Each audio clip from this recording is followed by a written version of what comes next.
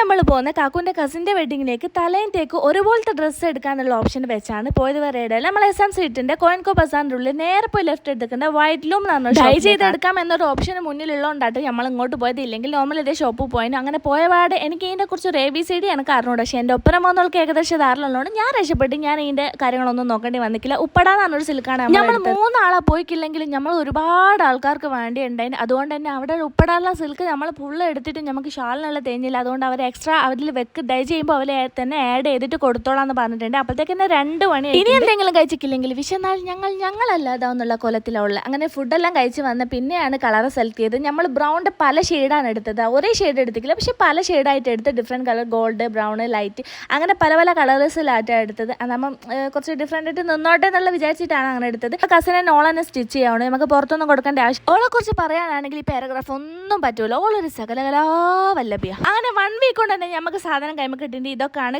Colours. പക്ഷേ നിങ്ങൾക്ക് photo കാണുമ്പോൾ ഒരേപോലെ തോന്നെങ്കിൽ നേരിട്ടൊക്കെ കുറച്ച് ചെറിയ ചെറിയ ഡിഫറൻസ് ഉള്ളൂ. വലിയ ഡിഫറൻസ് ഒന്നും പറയാനില്ല. അപ്പം ഞാൻ നോക്കുമ്പോൾ വെഡിങ്ങിൻ്റെ അന്നത്തേക്ക് എല്ലാവരും എടുക്കുക. അപ്പം ഞാൻ വിചാരിച്ച് ഞാനും ഡൈ ചെയ്യിപ്പിക്കാൻ. ഞാൻ നേരത്തെ കാണിച്ച ഈ ഒരു ക്ലോത്ത് 1 മീറ്റർ എടുത്തു.